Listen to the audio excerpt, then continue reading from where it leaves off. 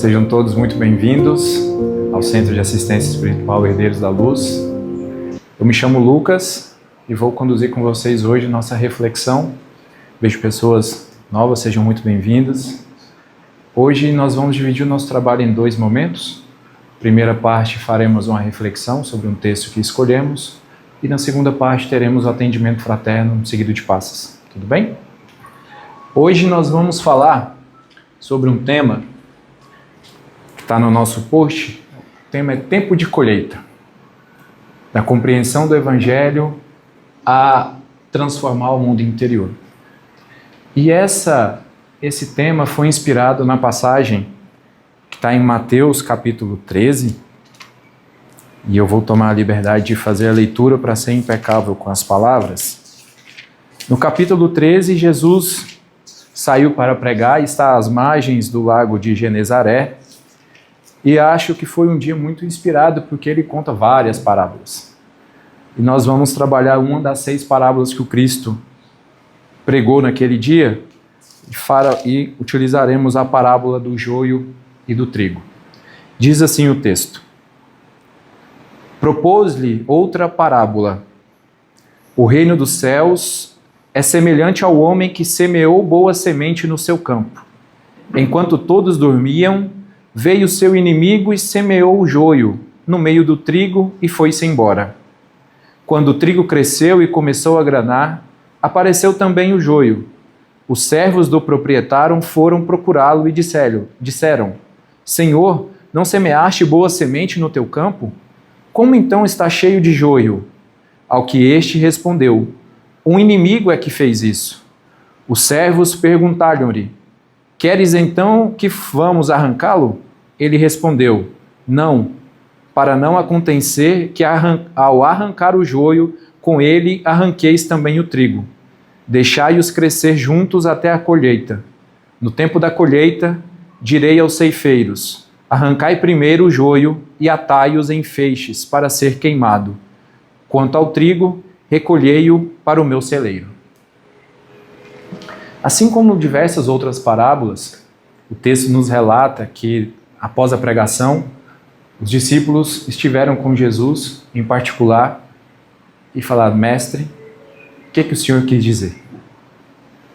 E essa, como uma outra parábola, nós temos a graça de estar explicado no texto de Mateus. E ele segue explicando assim: explicação da parábola do joio. Então, deixando as multidões, entrou em casa.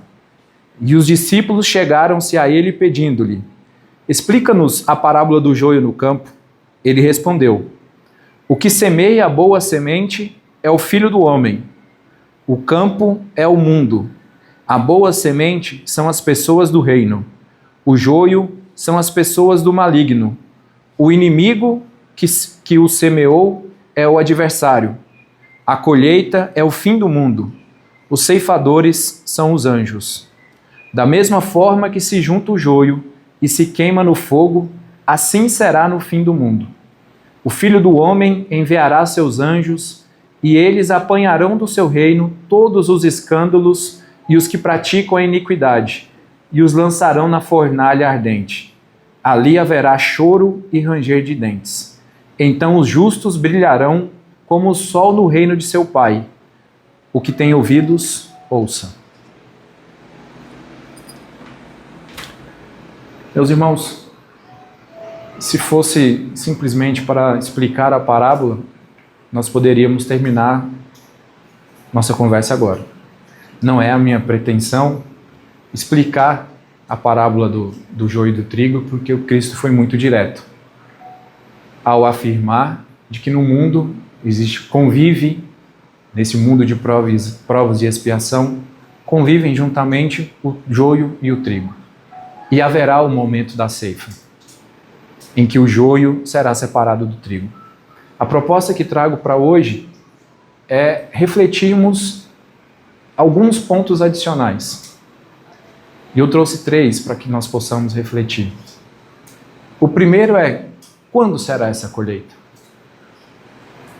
Porque se olhamos, basta olhar para o lado e a sensação que temos é que o joio está tomando conta.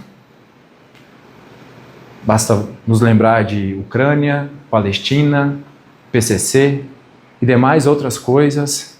A pergunta que nos vem é: mestre, o senhor está vendo o tanto de joio que está tendo aqui? Já não está na hora da gente começar a tirar? Essa é uma perturbação que sentimos, e é natural. E para nos ajudar a compreender, tentar entender quando, eu vou usar também outros dois sábios que está no texto.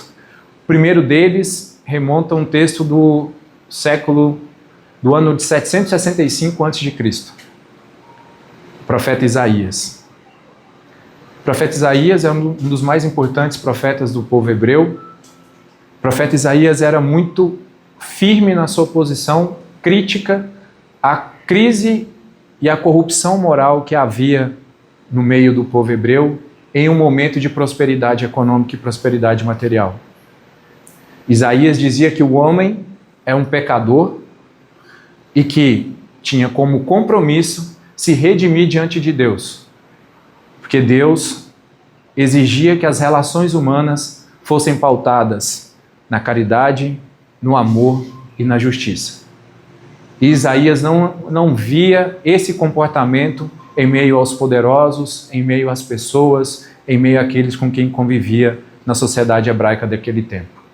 Isaías também dizia, repetidas vezes, que ele esperava a vinda de um Messias, que traria paz e justiça sobre toda a terra, e que espalharia o conhecimento de Deus aos quatro cantos. Mas tem uma passagem em especial em Isaías, no capítulo 9, que eu gostaria de ler para vocês.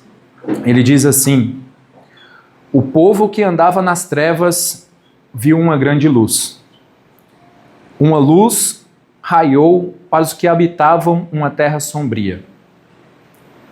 Então, nesse processo de aguardar o Messias, ele afirmou e não deixou dúvidas que uma luz viria para um povo que anda nas sombras. Aproveitando dessa ideia, a gente faz um corte temporal, sai de 765 a.C., vamos para o ano 80 depois de Cristo. Mais precisamente na ilha de Éfeso, onde naquele lugar o mundo recebe uma pérola em forma de evangelho. É o evangelho escrito por João, que é um evangelho muito especial. Tão especial que ele não se compara aos outros 3 evangelistas que são sinóticos. João é um livro que traz milagres que só estão contidos nesse livro, como as bodas de Caná e a própria ressurreição de Lázaro. João escreve seu evangelho quando Jerusalém já havia sido destruída. Cristãos estavam sendo perseguidos, discípulos já haviam sido mortos, e ele deixa um evangelho cheio de simbolismo, cheio de preciosidades. E ele é um judeu escrevendo para outros judeus. Tanto é assim que ele faz uma conexão direta com a teologia judaica e diz que o Verbo se fez carne. Verbo esse que está lá em Gênesis. A voz de Deus, a ação de Deus se materializou, se fez carne e veio entre nós para espalhar um único mandamento, de amar a Deus sobre todas as coisas e o próximo como a si mesmo. No livro de João, ele faz uma referência a Isaías de forma muito clara, quando no capítulo 9 ele diz assim: ele era a luz verdadeira, que iluminava todo homem, ele vinha ao mundo, ele esteve no mundo e o mundo foi feito por meio dele, mas o mundo não o reconheceu. O que eu quero trazer com isso? A sensação, a busca pela aplicação dos ensinos do Cristo por toda a terra é um anseio antigo nosso. Mas seria um processo de muita arrogância, de muita petulância nossa, querer estimar quando é que isso vai acontecer. Cristo não deixou dúvida sobre o que vai acontecer, mas o quando ainda não nos é dado precisamente saber que dia que todo o joio será colhido. Entretanto, cabe uma outra reflexão. Quando leio o texto, falei, beleza, e agora? Eu sou joio ou eu sou trigo? E vou pedir licença aos espíritos puros dessa sala, mas ouso dizer que nós estamos mais para joio do que para trigo. Que isso, Lucas, está me chamando de joio? É porque você não sabe quem é que trabalha comigo, quem mora comigo. Aquilo ali sim é um joio. Aquele joio assim que quando abre a boca, você pensa assim, de 7 bilhões de boca no mundo, eu só queria arrancar o joio da sua. Porque Davi pôde usar pedra, Pedro pôde usar espada, mas aí na nossa vez tem que ser com amor e caridade. E é exatamente por esse pensamento que nos leva a refletir que também temos trigo. E na verdade, eu acho que nós somos muito mais um campo. Cheio de joio, cheio de trigo. E na hora da colheita, o que vai nos definir se somos joio a ser retirado desse planetinha, ou se somos trigo a permanecer no caminho com o Mestre, vai ser aquele que nós vamos cultivar mais. E o processo de cultivar é um processo de escolha. Porque assim não seria diferente, porque nós somos ofertados ao livre-arbítrio. O Mestre não viola a nossa consciência, não viola o nosso processo decisório. E é por isso que nos cabe a última reflexão. O que eu vou fazer com isso? Será que eu posso me intitular de fato cristão? Será que eu recebi a mensagem que João disse que veio trazer aos seus e que o mundo negou? Será que eu recebi essa mensagem que Isaías prometia lá há quase 3.000 anos atrás?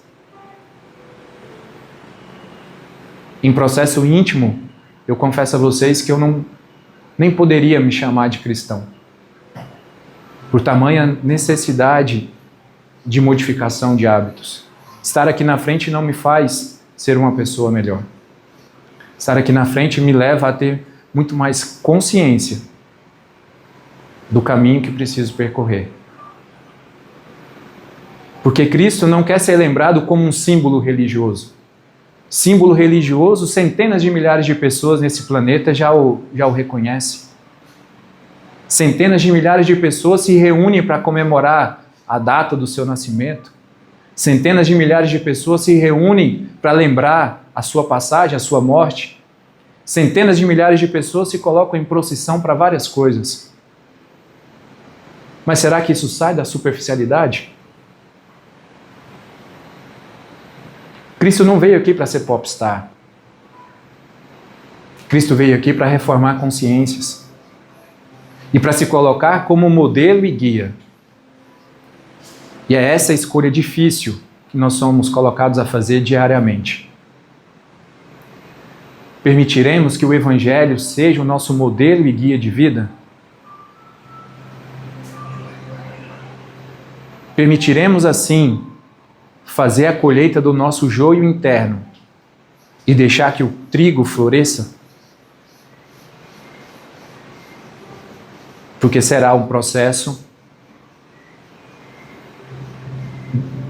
de muito esforço, de sacrifício, de sair do automático, de abandonar condutas que repetimos por anos, décadas, vidas.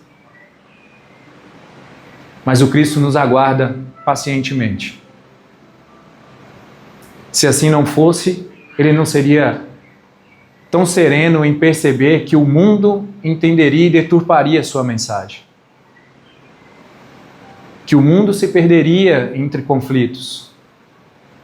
E ainda assim, se nós fecharmos bem os olhos e nos meditarmos, é possível a gente ouvir a voz dele dizendo: filho, calma. Eu vim nesse mundo para trazer a mensagem celestial da lei moral. Eu vim nesse mundo para trazer o exemplo eterno do Evangelho. E serão necessários séculos e séculos para que as consciências escolham, por vontade própria, mudar. Mas não nos enganemos. A colheita chegará. E a doutrina espírita nos diz que a colheita tem um nome, e se chama transição planetária.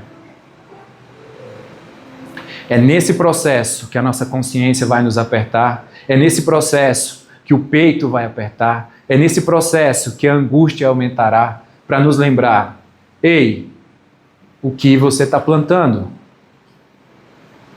Ei, você está lembrando de plantar trigo? Ei, se lembre do mandamento do Mestre.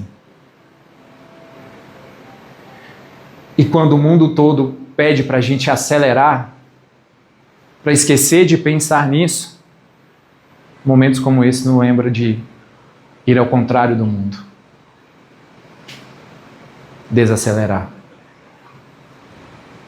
Meditar.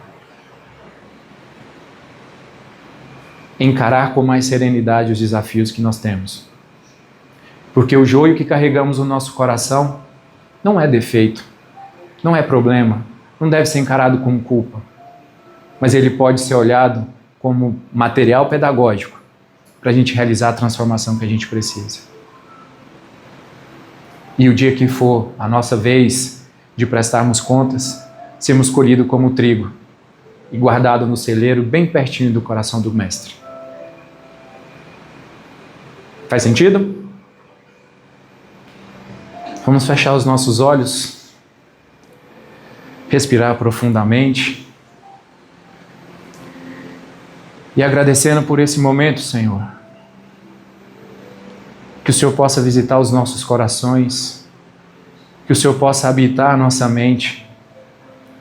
E quando o mundo todo pede para a gente entrar no automático, que possamos lembrar da sua serenidade, da sua calma, e nos inspirarmos em sua força, para decidirmos com a mente, escolhermos com o coração e agirmos com muita contundência, com muita vontade, em plantar trigo em nossas vidas.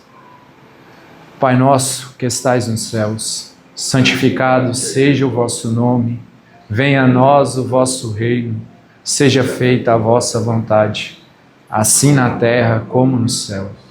O pão nosso de cada dia nos dai hoje. Perdoai as nossas ofensas, assim como nós perdoamos a quem nos tem ofendido, e não nos deixeis cair em tentação, mas livrai-nos de todo o mal. Que assim seja. Graças a Deus, graças a Jesus. Obrigado pela paciência.